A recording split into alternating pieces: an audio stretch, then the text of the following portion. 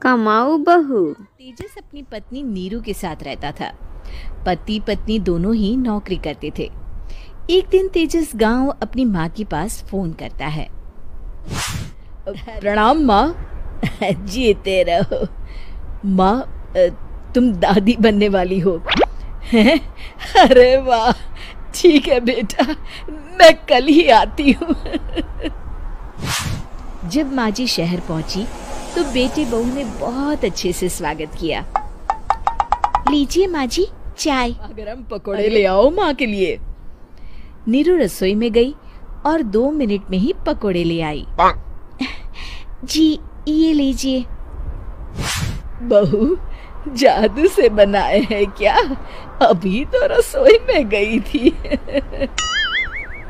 Yummy. माँ जी, शीला रसोई में पकोड़े तल रही है, मैं बस लेकर आई।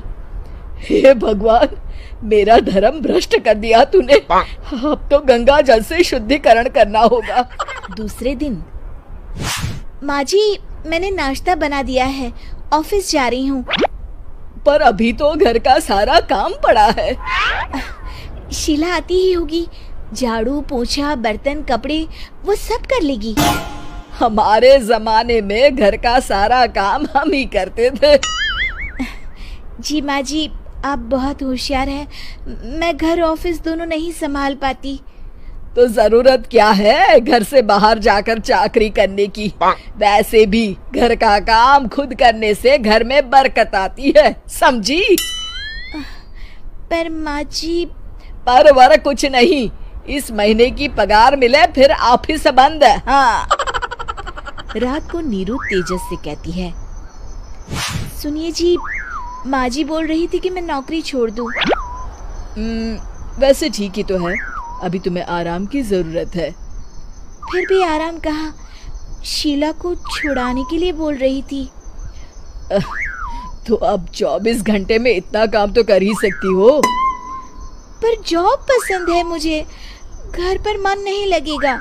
जब दोनों ऑफिस के लिए निकल रहे थे, मेरी तो कोई कीमत ही नहीं है इस घर में। माँ जी, आजकल महंगाई बहुत है, रहन सहन भी बदल गया है, दोनों नौकरी करते हैं तभी ठीक रहता है। अच्छा, तू कहना क्या चाहती है? मेरा बेटा तुझे बिठा के खिला नहीं सकता? तू ही इस घर का खर्च चला रही है, हैं? नहीं माँ जी, मेरा वो मतलब नहीं था। मतलब खूब समझती हूँ, ये बाल धूप में सफेद नहीं किए मैंने। हाँ। अब तो ये रोज का काम हो गया था। तेजस भी रोज की झिकझिक से परेशान हो गया था। एक दिन उसने कहा, नीरू, वैसे भी तुम्हें मैटरनिटी लीव मिलने वाली है, तो अभी से ही छुट्टी ले लो। पर मेरी सैलरी अच्छी खासी है। आखिर नीरू ने रिजाइन कर दिया। जब बच्चा हुआ तो घर में सब बहुत खुश हुए। कुछ दिनों बाद तेजस फाइल देख रहा था। क्या हुआ तेजस, कुछ परेशान लग रहे हो? अब हाँ, वो हमारी जितनी सेविंग्स थी वो तो हॉस्पिटल में और छठी के फंक्शन में खत्म हो गई है नीरू।